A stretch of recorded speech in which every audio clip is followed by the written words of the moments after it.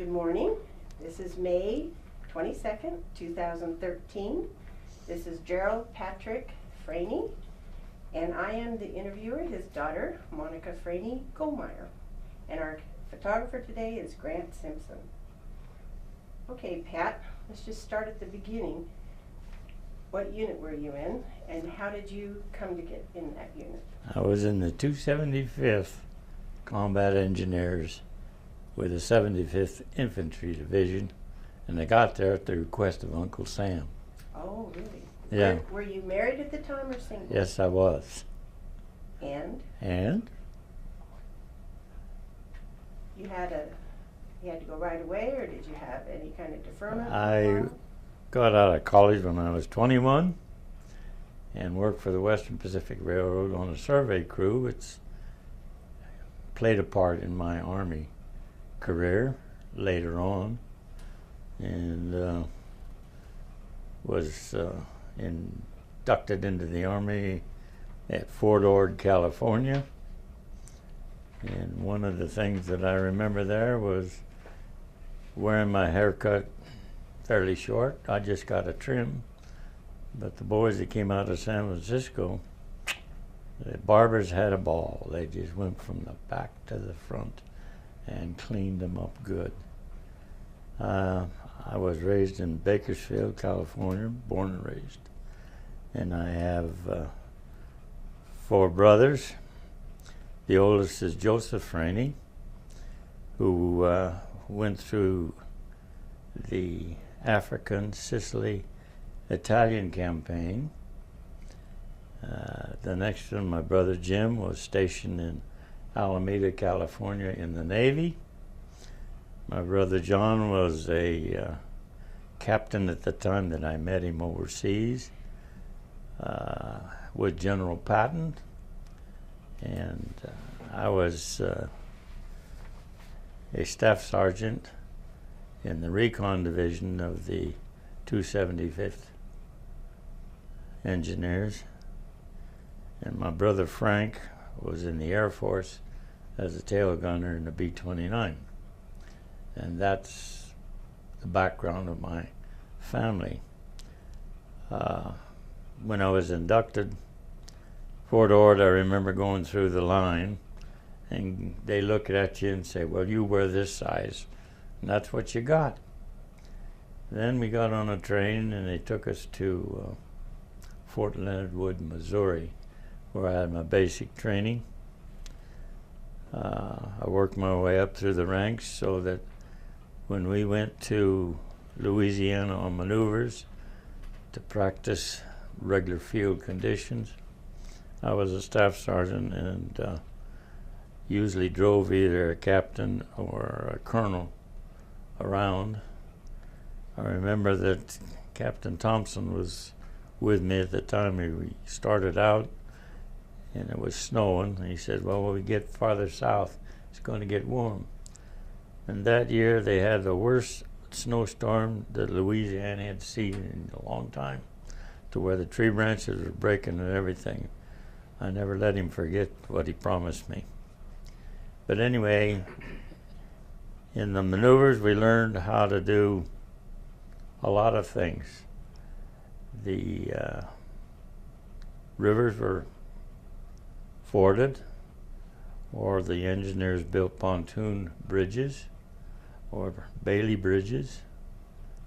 We made corduroy roads where the mud was so deep that everything got stuck, unless you had these timbers across the road so you could drive through those areas. And after Louisiana maneuvers and everything, we were sent back to Fort Breckenridge, Kentucky, and from there we went to New York and got aboard the Aquitania, which was a British ship, and the British don't know how to use any kind of seasoning, I tell you. I didn't eat at all on that boat. I'd get close to the mess hall and I'd have to go back to my bunk, because I was not a sailor, believe me. But I had a good friend that I met on that boat. His name was Sergeant Romine. And he taught me how to play cribbage. So we played a lot of cribbage, and one time when we were playing, he actually got a 29 hand, which is very, very rare. That's the highest you can get. Anyhow, after we got on the boat, this is in the middle of the winter. It was the start of the winter of 44. And it was cold, very cold. But when the boat went out, it never went in a straight line. It weaved back and forth. You could see the contrails in the water. And at one time it got so warm that we were running around our shirt sleeves, so I figured we went down somewhere close to the Azores and then started north. Anyhow, we landed in Wales, and from there we took all our equipment across the island to the other side on the channel. And after the Normandy invasion, we were transported over to port of Le Havre, which at that time was secure because they had made quite a inroads into France. From Le Havre, we went north through Belgium and Holland, and eventually into the northern part of France there, the Ardennes forest. And at one time, the snow was very, very deep at the time we got to where we were bivouacked. I do remember one thing. We pulled up to a crossroads. I think the name was Maastricht or Aachen. I can't remember which one. But a young man came out. A young man. He was a boy of about 7, and he spoke 5 languages, I recall. And his sister was a couple years older, and she spoke 7 languages. So in that country, the kids learned to speak all these different languages because they are all interchangeable in that area. We eventually got into the Ardennes forest, and were bivouacked in this huge chateau. And I don't know whether to digress from here about what happened at the chateau or to keep on. Well, before you go into the chateau, which I think you should, go back just a hair on the basic training. What did you learn, and how did your surveying come into play? Oh, forgot, did I skip that? Yeah. All right. Well, as I got up to the ranks, they found out that I had done some surveying. So Sergeant Roman and I went out, and I used a plane table, sketch out an obstacle course, and then we planted dynamite at very strategic places with the controls in our hands so we could know when to pull the plunger and set off. Supposed to be simulation of bombing. And this went on most of the day. Handling dynamite is really greasy. And after a while, I got this tremendous nitro headache. We had about a half a box of dynamite left, and I thought, hey, Rome, let's get rid of this stuff. So we put a fuse in it, set it out there a good distance away, and touched it off. Made a beautiful explosion, one of the best. Now, what else was it? What other skills did they teach you there? At that Fort Leonard Wood, we went through the whole routine. Learn how to use the gas mask. Learn how to shoot an M1 rifle. I got a marksman's medal for mine because I'd always grown up in guns and I knew how to shoot. And I loved that M1. It was very, very accurate and very fast. It was gas operated. It was an unusual. Learn how to take it apart and put it together again in the dark. That's one of the things. Of course, I became a drill sergeant and marched the people up and down. And it's a funny thing, after a while, hit the deck, you don't even think. It just, your feet kaplash and you're on the ground. So anyway, we finally got overseas to this chateau. Now, Go ahead. you want me to digress here a little bit? Sure. In the chateau, there was about 3 stories on top and then a basement. And I had a good friend, his name was Kochmer, who was a coal miner from Pennsylvania. And Koch could smell booze, he really could. Went down in the basement, and on 3 sides, there were these bins about this deep. And Koch started looking around. I said, Franey, there's some booze in there. He says, Koch, they're all empty. He says, Franey, there's some booze in here.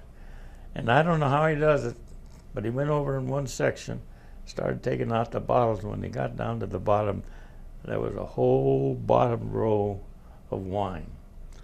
So Koch and I started to have a party, and some of our other buddies, Campbell and Rowe and Barrett, they came down. We were having a very good time when this captain showed up and kicked us out of there and locked the door. A bad deal when you deal with GIs, yeah. Well, at that time I weighed about 135 pounds. So we concocted this project.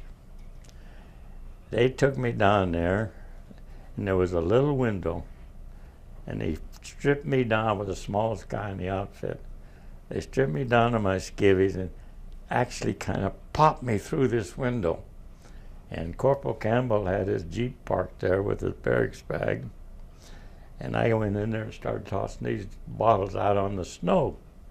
And he was stuffing them in the bag, you know. And about halfway through this operation, the colonel came out because he had to take a leak. And he did, and he talked, and I'm in there, you know, and I'm shivering to death, I'm freezing. Go to bed, go to bed. Yeah, well, he finally went to bed. We finished the operation, cleaned out the whole cellar, parked it all over, hid it everywhere. The next day, the captain called us. Sergeant Franey, the captain wants to see you. Go through the interrogation. Don't know a thing. Send down Corporal Campbell. Doesn't know anything. Went through the 7 of us that we kind of hung together. And nobody knew anything. He shouldn't have locked the door, that's all I can say. We would have shared. Okay, and from the chateau you went to? No, from Chateau, we stayed there quite a while. Didn't you go to a farmhouse? Oh,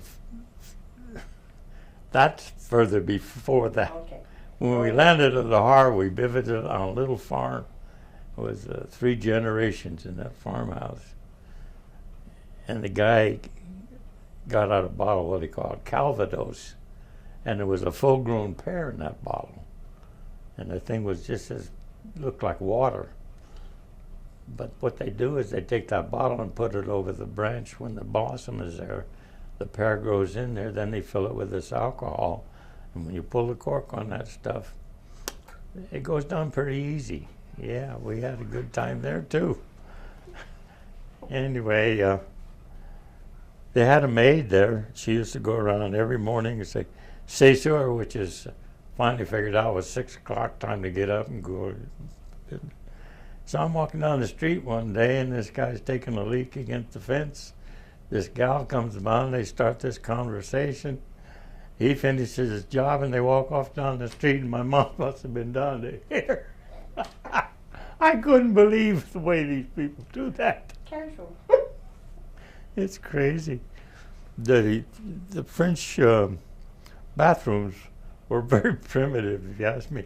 One of them I remember was in the corner of the room there, and just a hole in the floor. You had to get positioned and make sure they went down the hole, you know.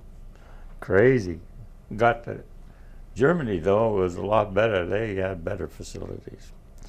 But anyhow, from the chateau, we'd go out on reconnaissance. And I'd been up the front lines a couple of times, driving the captain and back. And we were coming back from a recon job, and the colonel was coming up. And he stopped. This is in the nighttime, and there was a little bit of light, not much, but a little bit.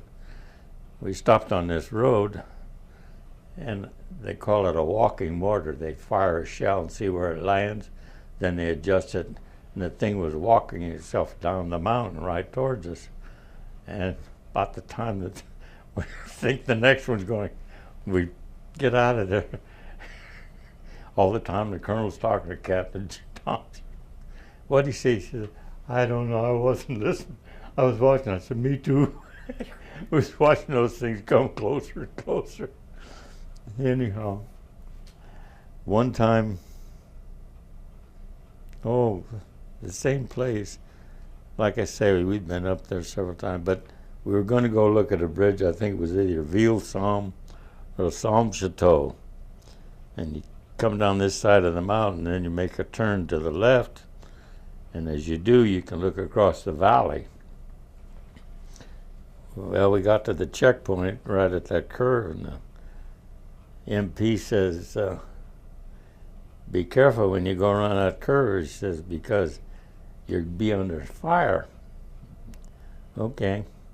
So I go around that curve in second gear, and I have my foot on the floor. And as I started around there, started down, these shells started firing behind me, just about 25 yards each time, you know. Got about 3 shots at me before I got down behind the buildings. And this other captain, I'm not going to mention his name, but this is his first time up there.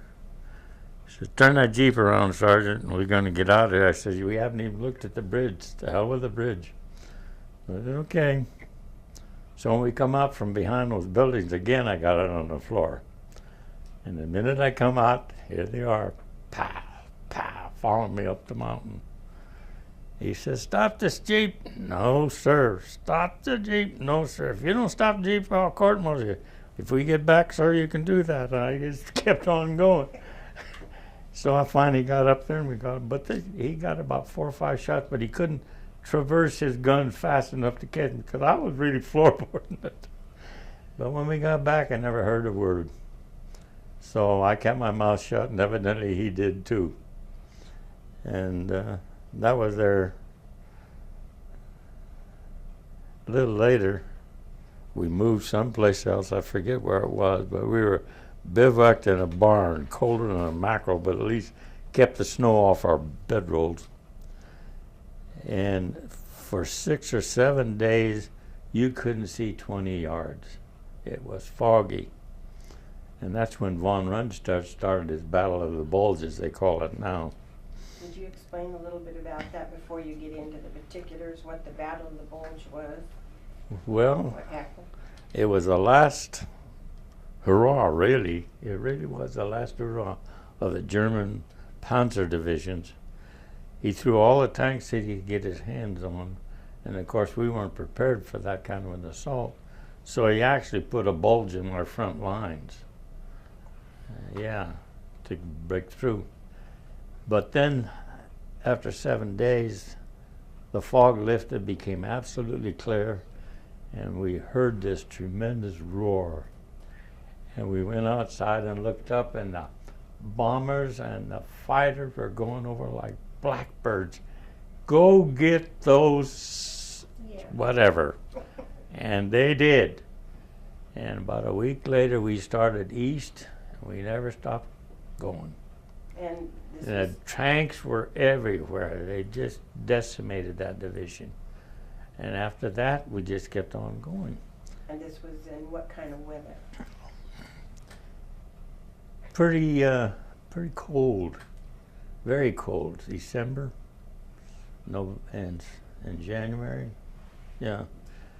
And we finally got down to the where we're going to cross the Rhine River at a place called Dortmund, I think is where we were finally. And they started the artillery fire. And I'm not kidding you. You could have read a newspaper backwards if you just turned around like that. There was so much artillery landing on that far shore. And they built the pontoon bridges up the river, and then they let them swing around down like this until they locked in. Wasn't a little while, bingo, we were across the river. And like I said, it was one time this road went right down to the river and then made it kind of like a river road. And right on the corner there we had a CP command post down in the basement. And I was leading, I think, 3 or 4 guys up to this command post. Well, periodically the Germans would shoot down this road with the machine guns. And you never knew when they were going to fire down there. But you had to take your chances, so I waited a few minutes and timed it right, and I ran across the road. I waited a few minutes. So I got them all across the road, I did. And we were going up this ditch, and I went around the corner into the CP, and a mortar hit on the corner of the building, and those guys went to the hospital. I mean, you know, there's a lot of things like that. Oh, yeah. Lord had plans for me, kind of, boy, thank God he did. And let's see, it was, when we were in Dortmund, we were bivouacked in this flat area out there, kind of in the country, and there was I don't know what you call them, but we were surrounded by half-tracks, and the half-tracks all had 4 50 caliber machine guns in the back that worked on a 360, whatever. We heard these planes, ME-109s, whining up there, and looked up, and here they came, looked like they were coming right at me. I dove into the 4-ton truck of ours, just happened to be watching this guy that was about 50 yards away on one of those half-tracks. He caught one of those things coming in and it never came out of his dive. He switched that thing around, he caught the other one going away, and it was just like in the movies. That plane went up like this, trailing smoke, you know, way up there. Down he went. Anyway, we had to repair the truck, but it was a little scary there for a while when they were coming in.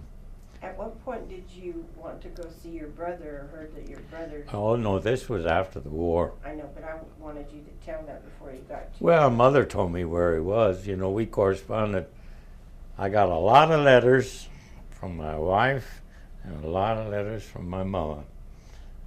And so that's how I knew that Frankie had been killed shortly before the war ended.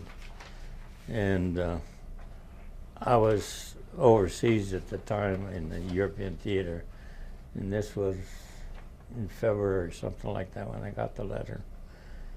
And I wrote my mother, and I made a little note here. My younger brother, Francis Franey, was killed when his plane, returning from a bombing mission, was so badly shot up that it crashed while trying to land at their base on Tinian Island in the South Pacific.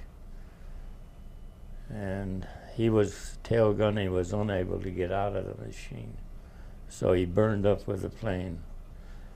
And I was in the European theater at the time, and I wrote this poem, a letter I sent to my mother at home, and begged her that she kept it.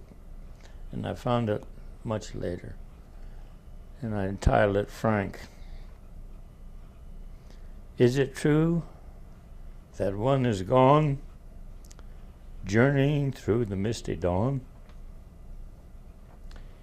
He loved life, this youth so free, and his happy face was good to see. He flew by night and by the day, far from former haunts of play. Though younger than I could ever be, he passed above the deepest sea, and on some far-off isle pitted wits with men of guile, till one day this boy, so young, in the midst of evil forces flung, fell with others to his death because of war's foulest breath. Though we are here standing by, We ask in our hearts the one word, why? And You got through it, Pop. That's it good. gets to me every time I read this. Yeah, me too. You know the trouble with the Irish.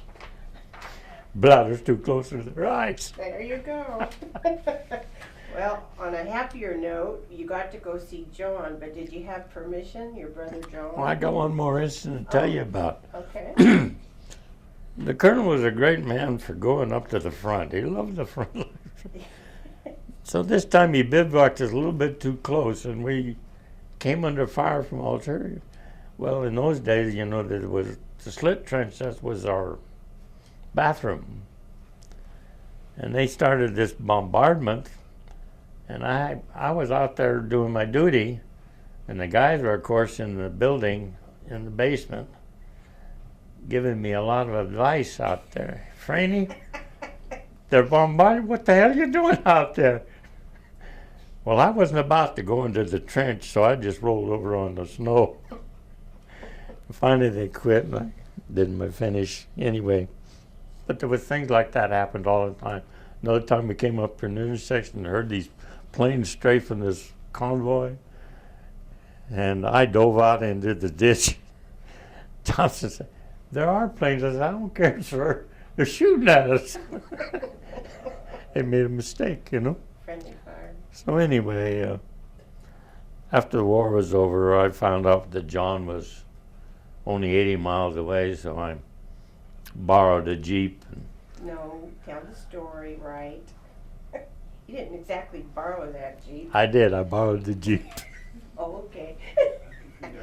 And I took off and drove the 80 miles and found out where his tent was. I walked in, he was sound asleep. Woke him up, and we had a little conversation, and then I drove back, put the Jeep away. Now he was assigned to. General Patton. Yeah, he come to Joe's general, as I recall, was General Mark Clark. But anyway, there were casualties, and I think that's the one reason that they finally gave me a battlefield commission as a second lieutenant and shipped me out of the con and gave me charge of a water company, which is the one that supplies the fresh water for the troops. It's quite an operation. They can go at any kind of a stream, fill these big tanks, put the certain chemicals and chlorine in there and flock it, and all the stuff goes down to the bottom, and the water is really tolerable to drink. But K rations and C rations. The C rations were tin cans, and they had to do something with them to make them palatable, if you ask me. So they used to put them on the manifolds of the trucks to get them good and hot. And then they could tolerate this stuff. And of course, the K rations were nothing but cheese and crackers, whatever. But you learn to take a bath with just a helmet full of water. And living in a foxhole when there's 3 feet of snow on the ground is not the warmest place in the world. And one time in Germany, we ran to this big estate, and he had these little bitty deer. They only dressed out about 30 pounds. And we were trading them with the officers who got their allotment of booze. So we give them a deer, and we get a certain amount of booze back. So it was a pretty good operation we had going there. Anyhow, finally the war did end, and I was looking for the first place I could get on, so I did. And we got on the boat. I forget where it was, but it was the Queen Mary. And I came around the corner, and I looked at that boat, and I said, "My golly, that thing is big." Well, of course, this time I was a second lieutenant. So instead of bunks 5 high, see, and I'm got my own little private deal here. The table and waiters, you know, tablecloth, the whole smear. Felt like a white man again. Anyway, one thing was the Germans had this deal where they would run a wire across the road. It was just the height of a Jeep, so when you rode through there, it would catch you right under the neck and flip you out of the Jeep and kill you. So we had my Jeep, and all the rest of them had these big things up in the front bumper with a big hook on them, so if you ran into one, it would pop the wire. And we were going down the road one time. Corporal Campbell was following me, and I slammed on the brakes as hard as I could, and he ran into me. And the lieutenant that was with him didn't have a seatbelt on, and he hit the windshield and lost all his front teeth. What the reason was, I'd driven into a minefield that they just drug across the road. And I don't know how far in I was before I saw this. I hit the brakes as hard as I could, and he hit me. Well, he backed out very slowly, and so did I. But I had so many of those kind of things happen to me that just, it's amazing I'm here. So. Speaking of that, you're Catholic and you were able to have communion services. How did that all come together? Oh, the padre would show up with his Jeep and put the cloth on the top, get his chair, and he had an instant confessional line from here to there. So then when you heard all the confessions, then he'd say Mass right out there in the open. And it's just like anything else. The GIs had their own communication system. If he was in the area, hey, Father's coming. Where? Such and such a unit. Okay, everybody goes down there. Yeah, really good. I think that's about all of them. When you got home on Queen Mary, you still didn't get all the way I home. got to New York and caught a C-47 cargo plane with a bunch of other GIs. We flew to Los Angeles. From Los Angeles, we flew up to Moffett Field, I think, near Sacramento. And as we flew from L.A. to Sac, I looked out the window and I flew right over the top of my house. I wanted to jump out, but it didn't. Anyhow, I got up there and I got discharged and caught a bus. Got home about 4 o'clock in the morning. Walked from the bus station to the house. It was dark, and the only greeter was Renfrew, who was a big German Shepherd. He didn't bark. He just circled me. Of course, that made quite a racket, and pretty soon the whole household was up, and that was my homecoming. And Mary Kay was going to show you your new son. Oh. You already had Noni, right? We had Noni, yeah. And so he was going to show me Michael. Well, Michael had painted his crib and himself and everything else with that brown paint, as you know. And so she was really embarrassed, but that's life. And so how many kids did you have subsequent to that? Mary Kay and I had 12, 6 boys and 6 girls. And your legacy now is? Oh, I don't know. I got 60-some grandchildren and 40-some great-grandchildren. And so I hope my funeral's a good one. It'll be good. We'll have a party. As you say, stand you up in a Put me in the corner with a bottle of beer. So you came back and you went into what? Huh? What did you do subsequent to your Army career? Is that Army. part of it? Yeah, just let them know that you Well, came back and were productive. I worked for Smith Garrison Ginning Company as a weighmaster of the cotton gin for a couple of years. We lived in an old Army barracks because Minter Field at that time had been a training airport for aviators.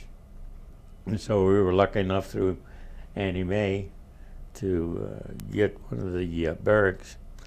And so I worked there for about a couple of years, and the auditors that took care of the books for Smitty, one of them was A.B. Ginn, took a liking to me, and he said, there's a bunch of farmers down in the Maricopa Flats that are looking for a bookkeeper.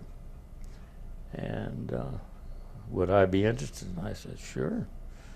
So I went down and met some of the farmers, and the Parks brothers were the main instigators there. Parks brothers, they'd built a little building. One was their office and the other was going to be my office. And so I went down there, and eventually I was taking care of about 20 of those farmers. And then my father-in-law and his son died. They were farmers. And so that left Mama Sarah with nobody to take care of the ranches. They had two of them, the little ranch and the big ranch. They had three. The one down there was a 400-acre ranch. So my brother-in-law and I, who didn't know beans about farming, were asked by Mama Sarah if we'd do that, take over the farms. And so we did, and we had some real good neighbors that were Barancini brothers, lived on the ranch south of us. Taught us everything that we needed to know about plowing and disking and making rows and baling hay. Anything we needed to know about farming, the Barancinis helped us do that. So we farmed, branched out a little bit. Eventually we were farming about 1,000 acres, and we ran about 100 head of cows and calves. And after 18 years, the ranches we had just wouldn't support the two families that size. So I took an examination and was selected one of the three candidates to be the business manager of the Kern County Parks Department. And after the interviews, they gave the job to me. And so then I worked for the Parks Department as a business manager for another 18 years. And I retired in 1984. And I've been having an enjoyable life ever since. And now I'm here because of my daughter, who forced me, more or less, to come down here. And I guess now that I hope this is over with, I'm glad I came. There you go. See, I knew you'd do all Okay? right. Very good. More than okay. Courses. Oh, you were also part of the education part for Garces. You helped keep that school open. Remember? When they Yeah, tried to well, close it? I was on the board, and I remember the one time Gene Cassidy and I went up and saw the bishop because they were going to close the school down, and we finally convinced him he shouldn't. And I guess ever since then, the school has been a mainstay in Bakersfield.